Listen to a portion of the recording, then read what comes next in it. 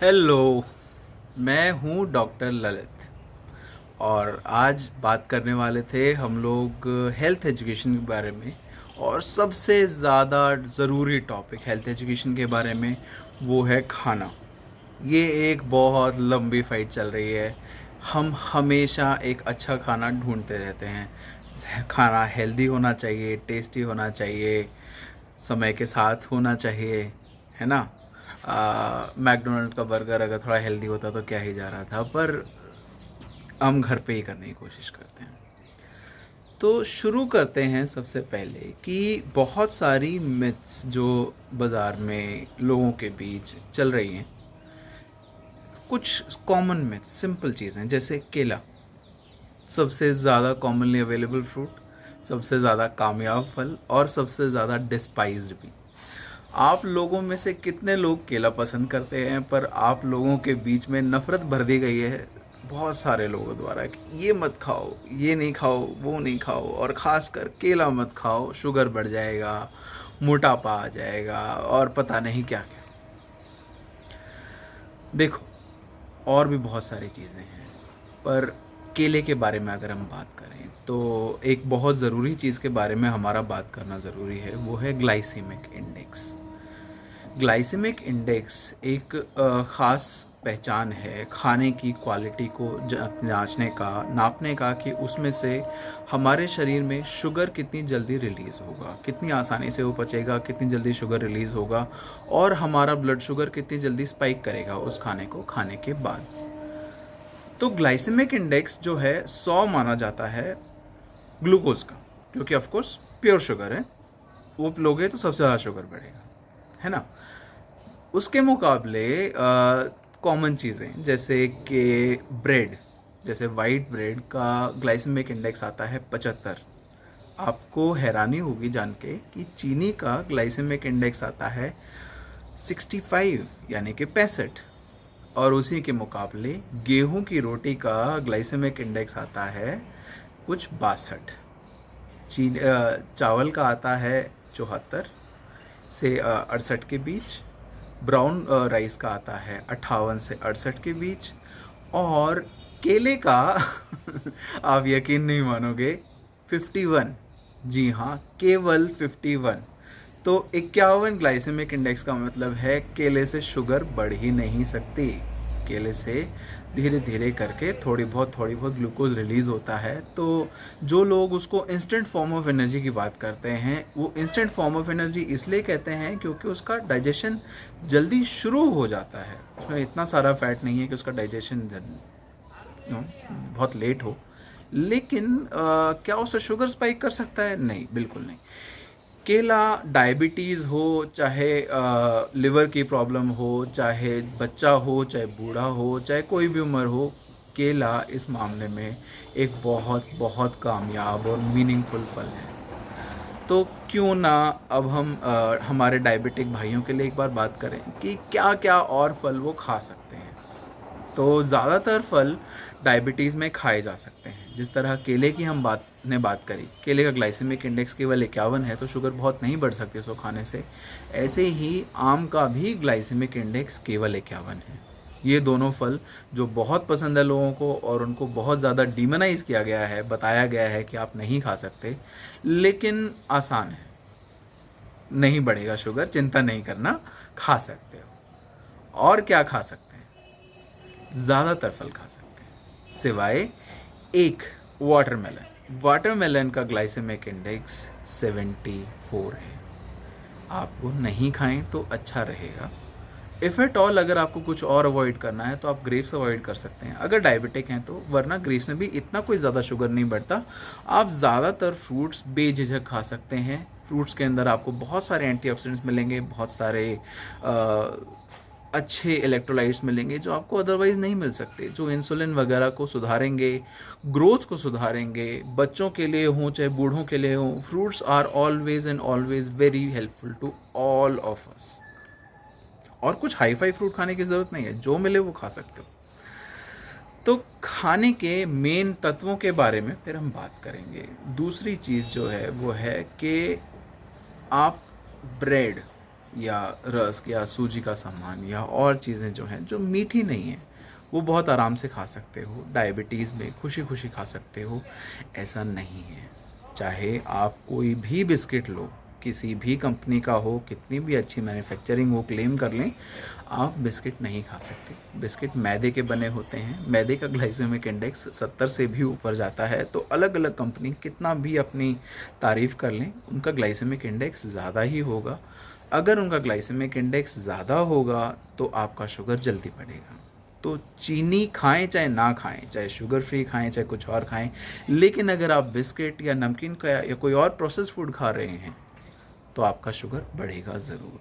तो आपको ध्यान रखना है कि if you are a diabetic, तो ज़रूरी बस ये नहीं है कि चीज़ मीठी है या नहीं है, ज़रूरी ये है कि वो आपका शुगर बढ़ाएगी या नहीं।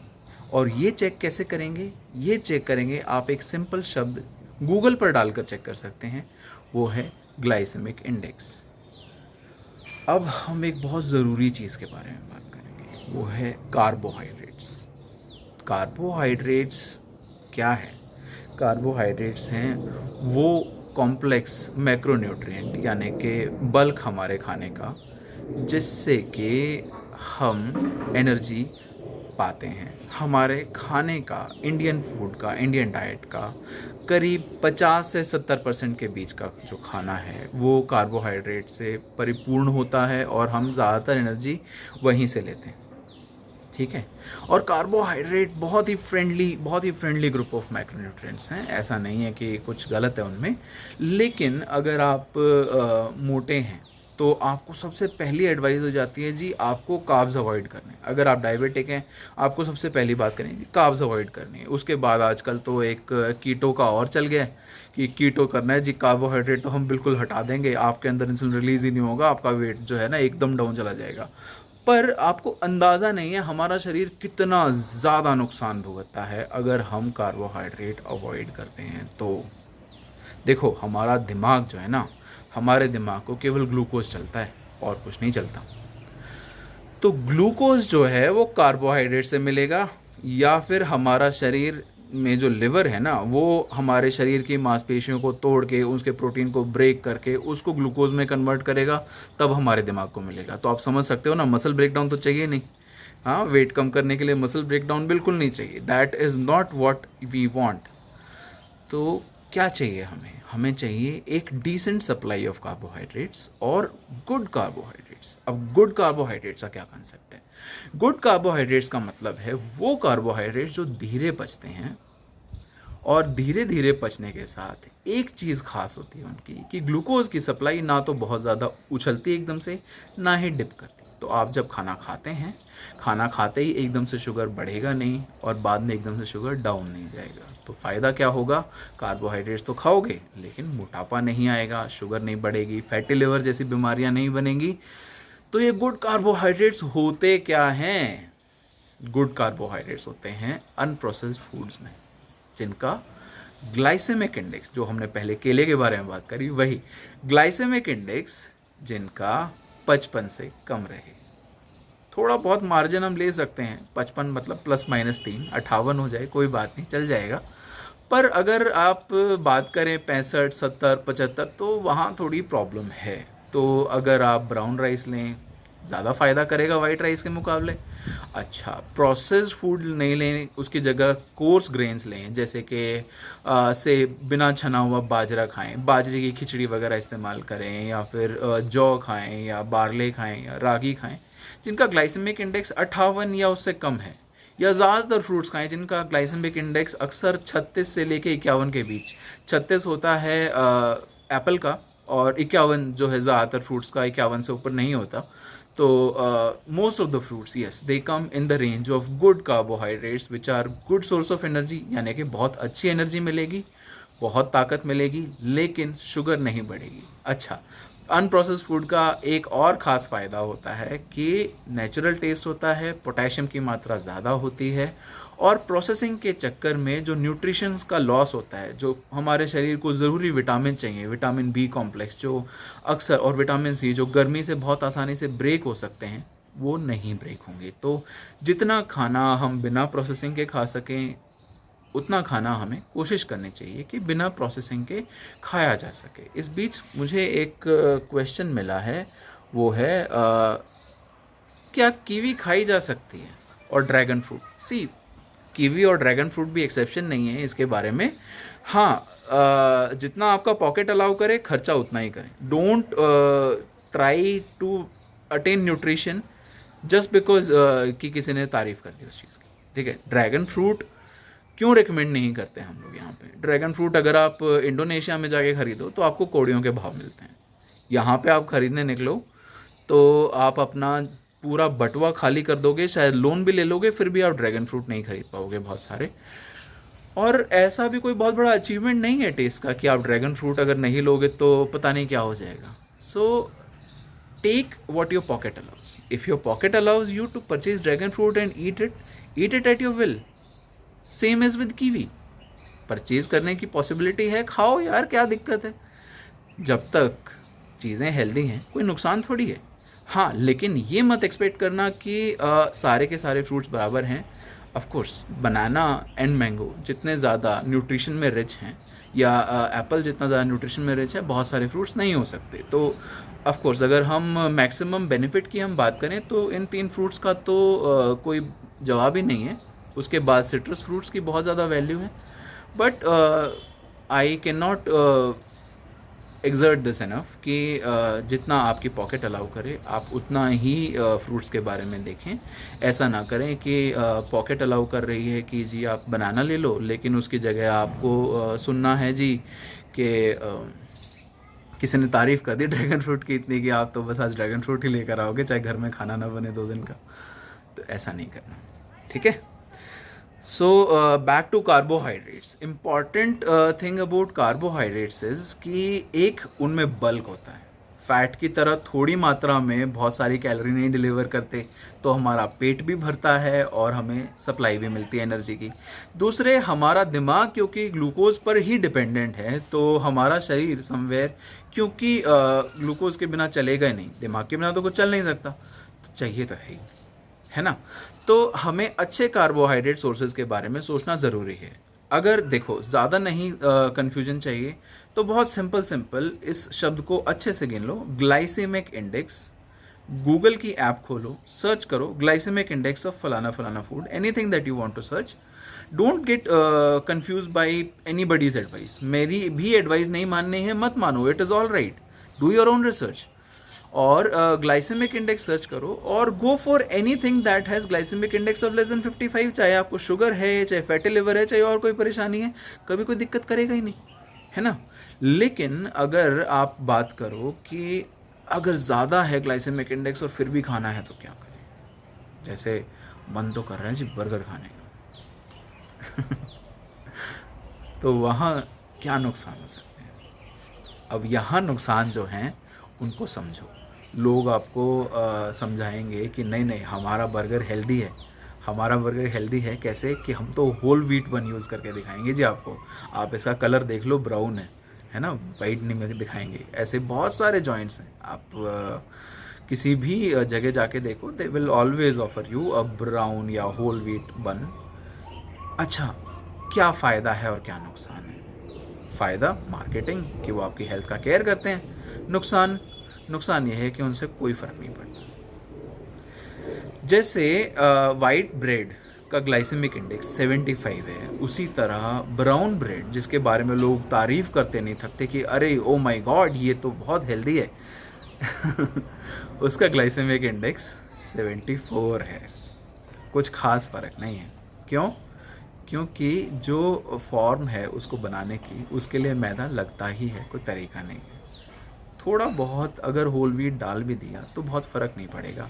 अच्छा, साथ में कलरिंग के लिए जो है उसके अंदर कुछ और प्रिजर्वेटिव्स भी साथ में डलते हैं, तो उनका भी नुकसान हो सकता है। विवेक सूद जी, अगर वेट लॉस की हम बात करें तो ग्लाइसेमिक इंडेक्स उसमें भी बहुत वैल्यूएबल है। अगर आप अपने खाने का ग्लाइसेमिक इंडेक्स ज़्यादातर लेस देन 55 रखें तो आपका जो है पेट ज़्यादा देर तक खाने को रोक के रखेगा, खाना धीरे पचेगा, इससे इंसुलिन कम बनेगी इंसुलिन तो वेट भी कम गेन होगा।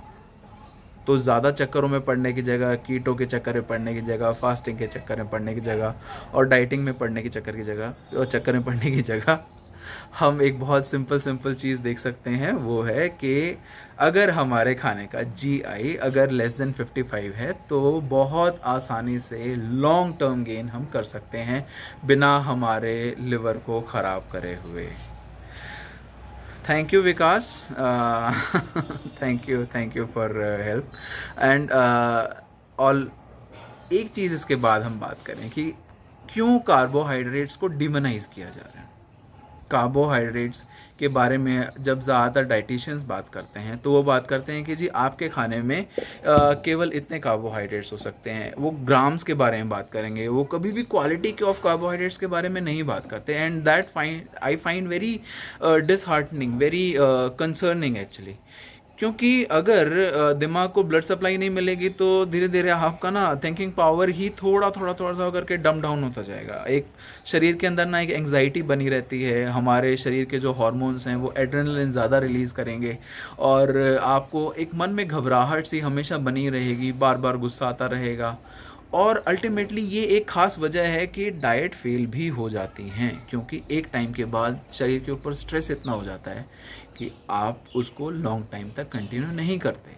सो one of the big reasons for diets to fail is कि कई बार वो चीज़ें बहुत ज़्यादा हार्ड होती हैं और हमारा शरीर उन सब चीज़ों के लिए नहीं बना है। देखिए, अपनी लिमिटेशंस पहले समझना, अपने रिक्वायरमेंट्स पहले समझना बहुत ज़रूरी है। और अगर वेट लॉस और health, let us try to understand somewhere along, weight loss एक टारगेट नहीं है, टारगेट है फिटनेस।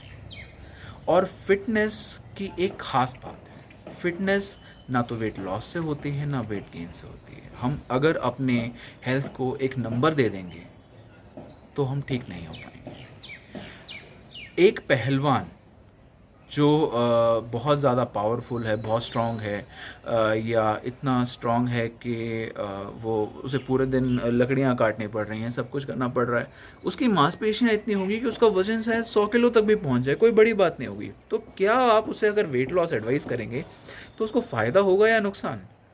जाहिर सी बात है उसको नुकसान होगा। लेकिन उसी की जगह अगर एक ऑफिस वर्कर है, उसको वेट उसका शायद 65 पे भी ज़्यादा रहे, क्योंकि मांसपेशियां नहीं हो पाती उन बेचारों के साथ अगर वो एक्सरसाइज नहीं करते। और 65 पे भी आपने अक्सर लोगों को देखा होगा, पतले दुबले होते हैं लेकिन पेट बाहर आया हुआ होता है, उसका कोई फ़ायदा नहीं। सो one of the better indicators of looking at health is कि आपकी प्रोडक्टिविटी क्या है, आपके अंदर एनर्जी कितनी रहती है, आप काम कितना कर पाते हैं, आपका फिटनेस लेवल क्या है, आपका जनरली फैमिली लाइफ जो है वो कितना सेटिस्फाइड है, और आपका क्वालिटी ऑफ लाइफ क्या है। सो क्वालिटी ऑफ लाइफ और fitness level should be the overall target, not weight. ठीक है। अच्छा, इसका एक सिंपल तरीका है, स्ट्रेंथ ओवर नंबर, यानी कि ताकत होनी चाहिए, वजन का नंबर चाहे कुछ भी हो, ठीक है ना। एंड प्रोडक्टिविटी ओवर शो, देखने में कैसा भी हो, काम करने लायक है या नहीं है ये समझ लेना चाहिए, ठीक है ना। तो ये तो बात हुई कार्बोहाइड्रेट्स की डिमोनाइजिंग की, कि जी देखो, खाना मुश्किल नहीं करने की ज़रूरत, खाने को सिंपल रखना है, खाने को सिंपल रखेंगे तो समझ पाएंगे। और इसका एक और फ़ायदा है, देखो, अगर कोई आपको कह रहा है इडली बनाने को, तो इडली बनाने के बहुत सारे तरीके हैं। ये एक एग्जांपल है, कोई और बात नहीं। आप इडली को फर्मेंट करके बना सकते हैं और बेकिंग सोडा ऐड करके भी बना सकते हैं, है ना। आपको क्विकली बनानी है, बैटर बनाया, दही मिलाई, बेकिंग सोडा मिलाया और डाल दिया उसको स्टीमिंग के लिए, वो तो फिर भी फूल जाएगी और फिर भी फ्लफ़ी हो जाएगी। लेकिन क्या उसका उतना फ़ायदा होगा जो फर्मेंट प्रोसेस से बनता है? जाहिर सी बात है नहीं है। तो क्या आपका खाना शॉर्टकट्स ढूंढ के बन रहा है, या आपके खाने का जो एम है वो क्लासिकल तरीके से उसका न्यूट्रिशन प्रिजर्व करके बनाने की कोशिश पे है? ये समझने की आपको ख़ास ज़रूरत है, ठीक है ना। तो ओवरऑल मैटर ये नहीं करता कि आप पूरे दिन में कितने कार्बोहाइड्रेट्स ले रहे हैं, मैटर ये करता है कि आप जब भी आपके खाने में कार्बोहाइड्रेट जा रहे हैं उनकी क्वालिटी क्या है। तो एक चीज़ और इसके अंदर कि अगर हम जैसे ओट्स की बात करते हैं, ओट्स जैसे बहुत अच्छे कार्बोहाइड्रेट्स हैं, ग्लाइसेमिक इंडेक्स केवल 55, कुछ भी ज़्यादा नहीं, इवन रोल्ड ओट्स का। लेकिन रोल्ड ओट्स मतलब वो जो फ्लेवरलेस ओट्स हैं, सिंपल रोल्ड ओट्स। लेकिन मार्केट में आपको क्या मिलेंगे उसके मुकाबले? मिलेंगी कमर्शलाइजेशन। कमर्शलाइजेशन से आपको खास बच के रहने की ज़रूरत है, क्योंकि टेस्ट ऐड करना है, क्योंकि रेडी टू ईट बनाना है, क्योंकि टाइम बचाना है। क्या करेंगे जी वो बनाएंगे उसको आधा पचा हुआ, उसके अंदर चीनी मिली हुई होगी, उसके अंदर और 10 तरीके के फ्लेवर ऐड हुए होंगे, और उसको बनाएंगे फिर ultimately ready to eat. Ready to eat oats preparations जो आती हैं उनका ग्लाइसेमिक इंडेक्स इज नियरली 81। आप समझ रहे हो? 81 जितना हाई ग्लाइसेमिक इंडेक्स बहुत कम चीज़ों का है। इतनी बुरी, इतनी खतरनाक चीज़ें हैं कॉर्नफ्लेक्स और ज़्यादातर ready to eat processed serials.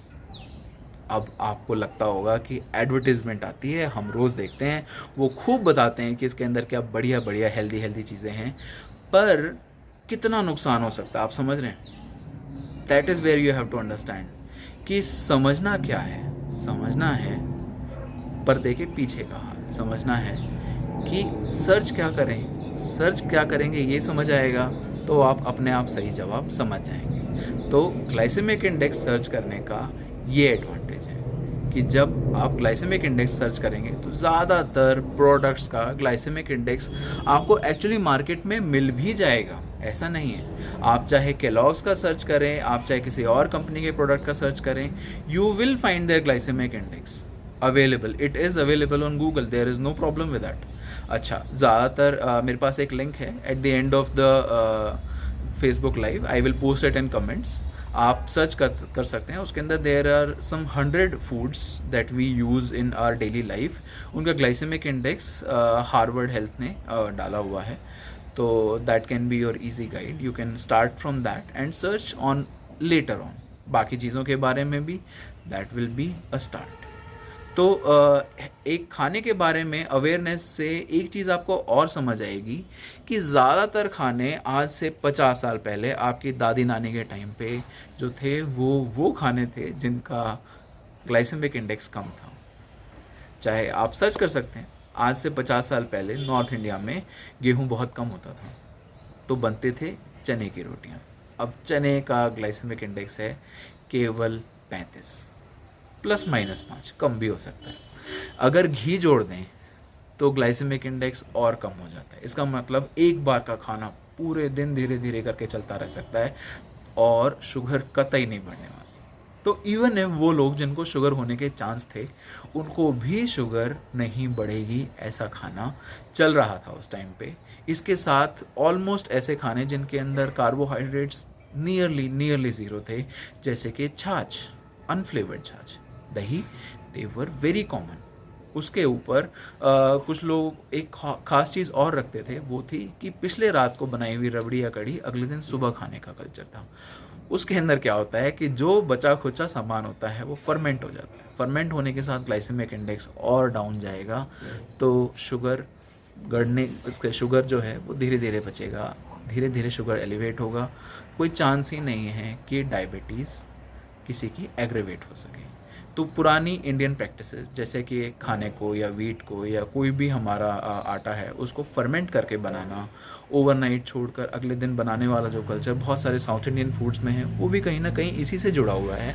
और इसके साथ आप देखें कि क्लासिकल तरीके से जो बनी हुई इडली हैं और सारी साउथ इंडियन प्रिपरेशंस हैं, उनके अंदर भी शुगर बढ़ने के चांसेस, मोटापा आने के चांसेस या लिवर को डैमेज होने के चांसेस इस वजह से बहुत सारे कम, बहुत ही कम। तो अब हम यहाँ से हटकर एक और ज़रूरी टॉपिक पे चलते हैं, वो है ताकत।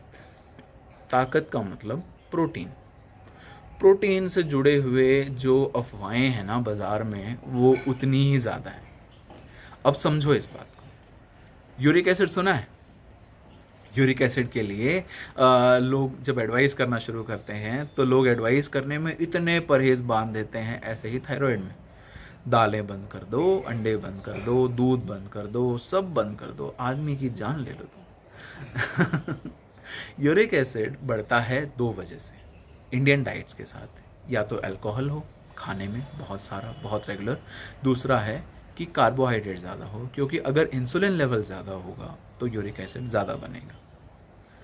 तो सबसे पहली बात, हाई कार्बोहाइड्रेट फूड या हाई ग्लाइसेमिक इंडेक्स फूड्स अगर हम खा रहे हैं, अगर हमारे रूटीन खाने में बाहर से आने वाला पिज़्ज़ा, पास्ता और ये सारी चीज़ें हैं, तो यूरिक एसिड बढ़ेगा, ना कि दालें खाने से या दूध पीने से या पनीर खाने से या अंडे ही खा लेने से। एक चीज़ और समझने की बात है, आपको लगता है कि कैल्शियम खाने से हड्डियों में ताकत आती है, मैं गारंटी दे सकता हूँ नहीं आएगी। क्यों? क्योंकि कैल्शियम जो है हड्डियों में बहुत कम होता है। मेनली हड्डियाँ बनी होती हैं प्रोटीन से, और प्रोटीन कैसे आएगा? खाने से आएगा। तो आपको अगर हड्डियों में ताकत की बात करनी है तो परहेज़ छोड़कर आपको हाई प्रोटीन फूड खाने के बारे में सोचना चाहिए। अब प्रोटीन की भी एक ख़ास बात है। प्रोटीन जो है वो एक तरह का खाना हमारे शरीर में सब कुछ नहीं कर सकता। जैसे चने हैं वो एक तरह का प्रोटीन देंगे, गेहूँ है वो दूसरी तरह का प्रोटीन देंगे। इस तरीके से अगर हम बात करें तो हमारे पुराने जो फूड कॉम्बिनेशंस हैं, what we call food platter, जैसे दाल चावल, राजमा चावल या कढ़ी चावल एक तरफ, अच्छा दाल रोटी एक तरफ, ये क्यों कहे जाते हैं? ये साथ साथ क्यों बोले जाते हैं? ये साथ साथ इसलिए बोले जाते हैं क्योंकि ये साथ मिलकर ही कंप्लीट फूड बना पाते हैं, specifically for a vegetarian diet. अगर हमारे खाने में प्राइमरली वेजिटेरियन फूड हो, जैसा कि ज़्यादातर इंडियंस के साथ होता है और होना भी चाहिए, it's a very great thing. और अगर वेजिटेरियनिज्म हम सब लोग अपनाएं तो इस प्लैनेट का, हमारे समुदाय का बहुत भला होगा। इस बात में रिलीजन के अलावा बहुत कुछ है, it is a scientific fact, ठीक है ना। सो अगर हम बात करें तो प्रोटीन बढ़ाना क्यों ज़रूरी है? प्रोटीन बढ़ाना इसलिए ज़रूरी है क्योंकि प्रोटीन्स डायरेक्टली शुगर नहीं बढ़ाते। प्रोटीन्स मांसपेशियाँ बढ़ाते हैं, शुगर को पचाने की ताकत बढ़ाते हैं, हमारे शरीर को ताकत देकर रखते हैं, इम्यूनिटी बढ़ाकर रखते हैं। क्यों? क्योंकि चाहे इम्यूनिटी के सेल्स हों, चाहे एंटीबॉडी हों, उन सब चीज़ों को प्रोटीन चाहिए। मांसपेशियों को प्रोटीन चाहिए, हमारे शारीरिक ढांचे को प्रोटीन चाहिए। यानी कि आज इस कंकाल में अगर हमारा वज़न उठाने की ताकत है तो वो केवल इस वजह से है कि हमारे शरीर में प्रोटीन है।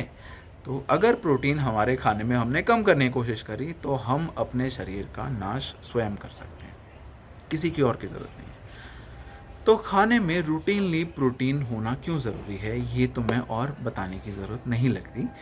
अब समझो कि खाने में हम प्रोटीन बढ़ाने के लिए कर क्या सकते हैं। वेजिटेरियन पहले बात करते हैं।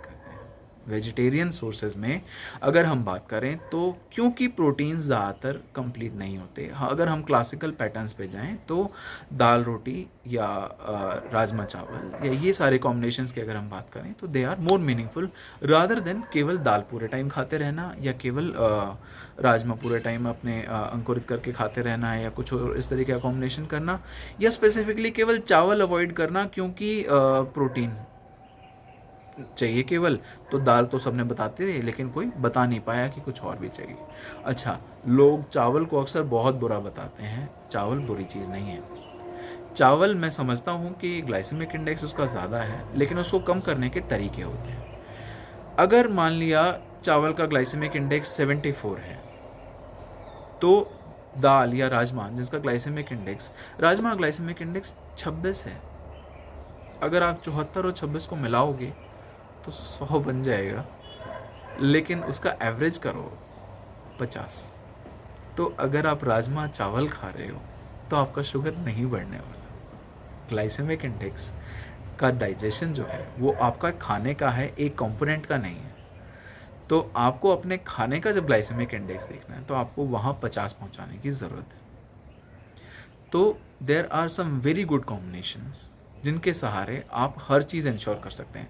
अब 26 ग्लाइसेमिक इंडेक्स के साथ ग्लूकोज दिमाग को मिलना बहुत मुश्किल काम है। 26 ग्लाइसेमिक इंडेक्स बहुत कम शुगर होती है, लेकिन अगर आप चावल और राजमा मिक्स करके खाओगे तो इसका मतलब कि आपको ग्लूकोज भी मिलेगा, आपको प्रोटीन भी मिलेगा और पूरी वैरायटी मिलेगी। यानी कि जो राजमे में कमी है वो चावल कवर करेगा, प्रोटीन के मामले में भी। तो आपके शरीर को पूरा विकास भी मिलेगा। तो somewhere along try and understand कि अगर ये खाना हमारे कल्चर के मुताबिक पहले से चला आ रहा है तो ये इसलिए चल पाया है, ये इसलिए आगे बढ़ पाया है क्योंकि ये हमारे शरीर को समुचित न्यूट्रिशन दे पा रहा है। there is some logic in it, and you will always be able to find it if you do enough research. यहीं इसकी जगह अगर आप प्रोसेस फूड की तरफ देखो तो आपको मिलेंगे पुलाव, आपको मिलेंगे बहुत सारी ऐसी चीज़ें जहाँ पर चावल के साथ आपको बहुत सारे वेस्टर्न कॉम्बिनेशंस मिलेंगे, but you should not go for them because वहाँ पर ठंड ज़्यादा होती है। ठंड ज़्यादा होती है तो उन्हें कैलोरी ज़्यादा चाहिए, उनको एनर्जी ज़्यादा चाहिए, उनको एक्सपेंडिचर ज़्यादा करना है, आपको नहीं करना। आप एक रिलेटिवली गर्म माहौल में जहाँ गर्मी, ग्रीनरी और सनशाइन तीनों चीज़ हैं, जहाँ अगर आप इंग्लैंड या अमेरिका की बात करो वो तारीफ़ करते हैं कि गर्मी आ गई, वाह क्या बढ़िया वक्त आ गया है, और हमारा रोना छूट जाता है उस वक्त में। तो हमें वो सब नहीं सोचना चाहिए जो पाश्चात्यकरण के साथ हमारे खाने में आ रहा है, हमें उसको इतनी तवज्जो नहीं देनी चाहिए। कोशिश करना चाहिए कि हमारे जो क्लासिकल फूड्स हैं उसका हमें कुछ फ़ायदा हो सके। तो अब दूसरी ज़रूरी बात, चावल के साथ तो हमने बात करी, अब हम बात करते हैं नॉन वेजिटेरियन सोर्सेज की। अब सुनने में थोड़ा अजीब लगेगा पर दूध भी नॉन वेजिटेरियन सोर्स ही है, ये प्लांट से नहीं एनिमल से आता है। और ये इसकी ख़ास बात क्या है, इसके अंदर बहुत सारे वेजिटेरियन जो हमारे भाई बंधु हैं, ज़्यादातर लोग जो हैं, उनके साथ एक ख़ास बात है कि एक विटामिन B12 नाम की ज़रूरी चीज़ होती है जो प्लांट सोर्सेज में ना होती नहीं, तो उनके लिए एनिमल सोर्स ज़रूरी है। तो दूध भी बंद अगर कर दें, अगर आप प्योरली वीगन हो जाएं तो आपके अंदर विटामिन B12 की खास कमी हो जाएगी और आप नहीं कवर कर पाएंगे अपना डेली रिक्वायरमेंट, और धीरे धीरे करके आपका दिमाग, आपका शरीर ढलता जाएगा, हार्ट कमज़ोर होता जाएगा। तो pure veganism is not a recommended way of life. और अगर आपको रहना है तो इंडियन वेजिटेरियन स्टाइल, जिसके अंदर आप थोड़ा बहुत दूध साथ लेते हैं और पूरा दिन प्रेडोमिनेटली वेजिटेरियन खाना खाते हैं, वो ज़्यादा अच्छा तरीका है जीने का, ज़्यादा एनवायरमेंटली फ्रेंडली है और लॉन्ग टर्म है। तो जब हम दूध लेते हैं तो दूध के साथ एक बहुत अच्छी मात्रा में हमें प्रोटीन मिलता है। अगर टोन मिल्क की बात करें तो भी करीब 4.5 ग्राम प्रोटीन प्रति 100 ml मिल ही जाता है। एक आदमी अगर 1 गिलास दूध पीता है तो करीब वो 13 ग्राम प्रोटीन 1 गिलास दूध से ले पाता है। वहीं अगर हम फुल क्रीम दूध की बात करें जिसके अंदर करीब 5 ग्राम प्रोटीन प्रति 100 ml है, तो वहाँ पर 1 गिलास दूध जो कि करीब 250 ml होता है, उसके साथ आदमी 14 से 15 ग्राम प्रोटीन तक भी पहुंच सकता है अगर मलाई वगैरह ना निकाले, अगर सब तरीके से उसको प्रिजर्व करके रखा जाए तो कोशिश क्या रहती है कि कम से कम इतना प्रोटीन हमें 1 गिलास दूध रात से मिल जाए और बाकी प्रोटीन हम पूरे दिन खाने से अरेंज करते रहें, थोड़ा थोड़ा करके धीरे धीरे। ये बहुत ज़रूरी है, ये बहुत ज़रूरी है क्योंकि हमारे पूरे दिन का प्रोटीन रिक्वायरमेंट जो है वो बहुत सारा है और हम हार्डली किसी भी दिन उसको पूरा कर पाते हैं।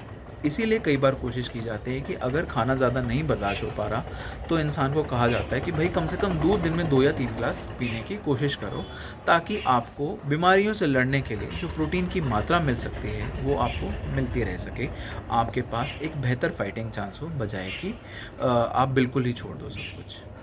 तो आप अगर बीमार आदमी को ब्रेड खिला रहे हैं, बिस्किट खिला रहे हैं, देखो अगर और कुछ बर्दाश्त ही नहीं हो पा रहा तो एक अलग बात है, पर कोशिश करें कि ना खिलाएं, कोशिश करें कि उसे दूध वगैरह ज़्यादा दें, कोशिश करें कि उसे दाल चावल जैसी समुचित आहार वाली चीज़ें दें, ना कि दलिया या खिचड़ी अकेली या फिर ये ब्रेड बिस्कुट सामान। ये जो है ये अल्टीमेटली फ़ायदा नहीं करते। अच्छा, प्रोटीन्स के साथ अगर हम बात करें नॉन वेजिटेरियन सोर्सेज की, तो ख़ासकर तब जब इंसान बहुत कमज़ोर है, कुछ स्पेसिफिक कंडीशन, जैसे कि कुछ लोग होते हैं जो डाइटिंग इतनी ज़बरदस्त कर जाते हैं कि वो बहुत कमज़ोर हो जाते हैं, एनोरेक्सिया नर्वोसा कहते हैं इसको, या फिर बीमारी बहुत भारी हुई किसी को, देखो निमोनिया हुआ, शरीर पे इतना ज़ोर पड़ा, बहुत सारे टाइम तक खाना पीना ही नहीं हो पाया, बर्दाश्त नहीं कर पाया, या फिर जैसे बच्चे हैं जिनको बहुत ज़्यादा तेज़ी से बढ़ने की ज़रूरत है, तो वहाँ एक सजेशन है, ज़रूरी नहीं है अपनाना, पर कोशिश कर सकते हैं कि अंडे खिलाए जाएं। और अंडे जब खाने की बात करते हैं तो उसके अंदर भी एक भ्रांति फैलाई जाती है कि अंडे का पीला हिस्सा निकाल कर खिलाओ जी, क्योंकि वहाँ तो कोलेस्ट्रॉल है। तो वो भी मैं साथ ही एड्रेस कर दूं कि अंडा पूरा खाना होता है, उसका पीला हिस्सा निकालना नहीं होता। क्यों? क्योंकि अंदर कोलेस्ट्रॉल उसके अंदर इतना सारा होता नहीं है जितना लोग उसके एडवर्टाइज़ करते हैं, और उसके अंदर बहुत ज़रूरी फॉस्फोलिपिड्स होते हैं, कुछ प्रोटीन्स होते हैं, कुछ विटामिन्स होते हैं जो अदरवाइज़ हमारे खाने में आसानी से मिलते नहीं हैं।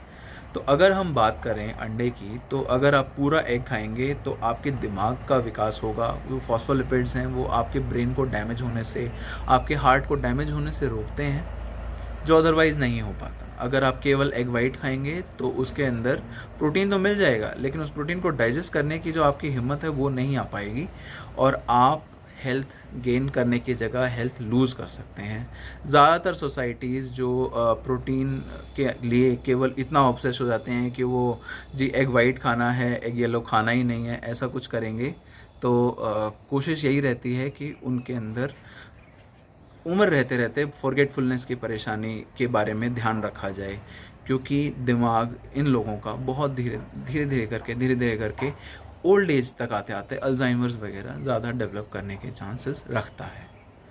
तो एक चीज़ ज़रूर ध्यान रखें कि नेचर ने हमें जो खाने दिए हैं वो अच्छे दिए हैं, वो पूरे दिए हैं। कोशिश करें कि उनको पूरा ही खाया जाए। अगर अधूरा रख के खाओगे तो प्रॉब्लम आएगी। तो यहाँ बात होती है प्रोटीन की। तीसरी बात आती है फैट की। अब फैट एक ऐसा राक्षस है जिसको फ्रेंडली है, आई मीन फैट एक ऐसा राक्षस है जो रियल लाइफ में, एक्चुअल लाइफ में घटोत्कच की तरह है, आपका दोस्त है, लेकिन आपको लग रहा है कि वो दुर्योधन के कैंप में गया हुआ है और वो उनका कोई राक्षस है।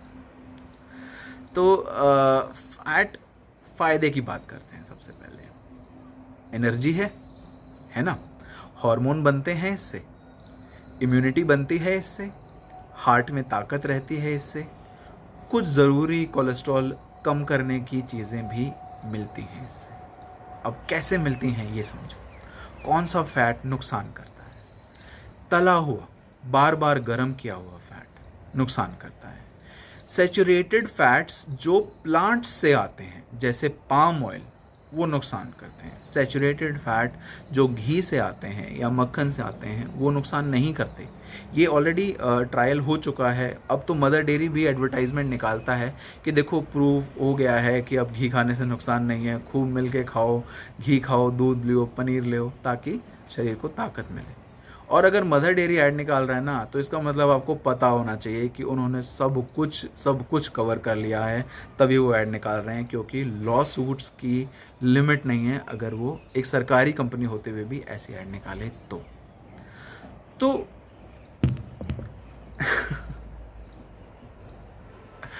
ओमेगा 3 फैटी एसिड्स के बारे में मैं बात करूंगा अभी। अभिषेक, ओमेगा 3 फैट्स के बारे में बात कर रहे हैं।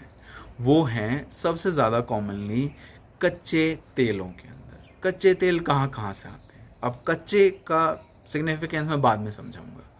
तिल, अलसी, सनफ्लावर, बिनोले यानी कि कॉटन सीड, इसके साथ पीनट्स, सोया, ये सब कच्चे तेल के सोर्सेज हैं। जो वेजिटेरियन तेल के सोर्सेज हैं, खासकर तिल, अलसी और बिनोला, ये बहुत वैल्यूएबल हैं। क्यों वैल्यूएबल हैं? क्योंकि इनके अंदर ओमेगा 3 फैटी एसिड्स बहुत ज़्यादा होते हैं। तो नॉन वेज के बिना भी आप ओमेगा 3 फैटी एसिड्स ले सकते हो। आपको ज़रूरी नहीं है कि नॉन वेज ही खाना ज़रूरी है। B12 हालांकि कोई भी वेजिटेरियन सोर्स नहीं है, I am very sorry for that. तो and they are yes very safe for people who have cholesterol and they are very safe for people who have heart disease. In fact, ये उन लोगों को खिलाने पड़ते हैं जिनको हार्ट डिजीज़ हो, ताकि उनका कोलेस्ट्रॉल कम रहे और उनके हार्ट में ताकत ज़्यादा रहे। तो again your question is B12 and omega 3 resources, fruits and food in vegetarian instead of non-veg and are safe for people suffering from cholesterol and BP. Yes, I am answering that very question. Yes, they are safe for people with cholesterol and BP. They are rather recommended for people with cholesterol and BP. And अगर हम बात करें तो हाँ देखो, कहीं ना कहीं पोलर फिश जो हैं, जो ग्रीनलैंड या आर्कटिक एरिया में जो फ़िश मिलती हैं, उनके मुकाबले इतना अच्छा नहीं है। लेकिन इसका मतलब ये नहीं है कि अच्छा ही नहीं है, वैल्यूएबल नहीं है, पूरी तरह वैल्यूएबल है। और आप कंपेयर करो कि हमारे यहाँ अरब सागर में मिलने वाली मछलियों के मुकाबले या लक्षद्वीप के आसपास या अंडमान निकोबार के आसपास मिलने वाली मछलियों के मुकाबले क्या वेजिटेरियन जो सोर्सेज हैं वो ठीक हैं? तो हाँ, उनके मुकाबले उतने ही अच्छे हैं, ऐसी कोई दिक्कत नहीं है। लेकिन अगर आप बात करें सुपीरियॉरिटी रिगार्डिंग आर्कटिक या पोलर आइस कैप्स के आसपास मिलने वाली फिशेस के मुकाबले, नहीं। पोलर आइस कैप्स के आसपास मिलने वाली जो फिशेस हैं, उनके अंदर जो फैट्स हैं, दे आर सुपीरियर, कोई डाउट नहीं है इस बात में। परंतु आप नहीं जाने वाले हो वहाँ पे, तो हम जो हमारे पास अवेलेबल है उसके बारे में बात करते हैं पहले। तो क्या हम कर सकते हैं अच्छे फैट्स के लिए? अच्छे फैट्स के लिए सबसे पहला और सबसे ज़रूरी चीज़ समझो, कच्चा होना बहुत ज़रूरी है। अब कच्चा कैसे रखोगे? कच्चा रखोगे या तो सीधे सीधे सीड्स खाओ, या फिर बहुत ज़्यादा रोस्ट नहीं हो, हल्का रोस्ट हो, या कोल्ड कंप्रेस। तो अगर आप सोच रहे हो कि आप फैक्ट्री से एक रिफाइंड ऑयल या एक पूफा वाला जो ऐड आता है इन ऑयल्स का, जैसे सनफ्लावर ऑयल के बारे में बात करते हैं या सनफ्लावर ऑयल के बारे में बात करते हैं कि नहीं जी हम तो बल्क प्रोड्यूस कर रहे हैं और ये तो पूरा हेल्दी है, सब है, हार्ट को पूरी ताकत मिलेगी आपके, ऐसा नहीं होने वाला। क्यों? क्योंकि कोल्ड प्रेस टेक्नोलॉजी के साथ नहीं बनाते हैं, बल्क प्रोडक्शन नहीं हो सकता कोल्ड प्रोड्यूस के साथ। अच्छा, कोल्ड प्रोड्यूस के साथ वो नहीं भी बना भी देते होते, तो जब आप उसको अपने तवे पे डालोगे, उसको गर्म करोगे, तो वही पूफा, वही अनसैचुरेटेड फैट जो आपको फ़ायदा कर सकता था, सिस फॉर्म जो है वो फ़ायदा करती है, ट्रांस नुकसान करती है। गर्मी के साथ उसका आसानी से ट्रांस फैट में कन्वर्जन हो सकता है। तो जहाँ कोई बात करता है कि खाने में ट्रांस फैट अवॉइड करो, वो ट्रांस फैट आप तभी अवॉइड कर पाओगे जब आप खाने के अंदर इन तेलों को कच्चा ही खाओगे। अगर आप तिलों को, अलसी को या इन सब को बार बार गर्म कर रहे हो या आप छौंक लगाने के लिए इस्तेमाल कर रहे हो, वो आइडियल नहीं है। अगर आपको छौंक लगाने के लिए इस्तेमाल करना है तो केवल 3 ही चीज़ें हैं जो सेफ़ हैं, एक घी, एक नारियल का तेल और एक सरसों का तेल। हाँ जी, केवल 3, और कोई तरीका नहीं है। And I can be very sorry for it, I can not be more sorry for it, पर और कोई तरीका नहीं है। हम और कोई तरीके से अगर कोशिश करें कि हेल्दी फैट आपके लेकर भी आएँ और आप उसे छौंके जा रहे हैं, तो you are wasting your time. Specifically बहुत सारे लोगों को आजकल शौक है, हम तो ऑलिव ऑयल में खाना बनाते हैं जी। खैर नहीं, ऐसा मत करो, please don't do it. Olive oil अगर आप उसको गर्म करोगे, it can be damaging to your health and expensive on your pockets. तो आप प्रैक्टिकली एक महंगा जहर खरीद रहे हो, ऐसा नहीं करना आपको, ठीक है? तो ये बात हुई 3 ज़रूरी चीज़ों की, फैट, प्रोटीन और कार्बोहाइड्रेट। तो आशा करता हूँ कि आपको ये जो सेशन है वो हेल्पफुल रहेगा। नेक्स्ट वीक हम बात करेंगे माइक्रोन्यूट्रिएंट्स के बारे में खाने के अंदर, जैसे आयरन, जैसे कैल्शियम, मैग्नीशियम और कुछ छोटी छोटी चीज़ें। और उससे अगले बार हम बात करेंगे Indian diets versus western diets, और व्रत कब कर सकते हैं, कितने कर सकते हैं, उसके फ़ायदे कितने हैं, अगर ज़्यादा करेंगे तो नुकसान क्या होंगे। साथ के साथ कोशिश करने की करेंगे कवर जो डिफरेंट फूड फैटिज़म्स हैं, जैसे कीटो डाइट या इंटरमिटेंट फास्टिंग, इन सब के फ़ायदे कितने हैं और नुकसान कितने हैं। So do come back every week on Sunday at 11 AM। Thank you. घी खाया जा सकता है उषा जी, अगर हम बात करें सैचुरेटेड फ़ैट की, तो सैचुरेटेड फ़ैट करीब 30% हो सकता है, और एक दिन का जो फ़ैट का रिक्वायरमेंट है एक शहरी जीवन में वो है करीब 66। तो 5 जो अगर हम बात करें उसका 30%, तो करीब 18 ग्राम, यानी कि आप एक दिन में 1 बड़ा चम्मच घी खा सकते हैं। Thank you.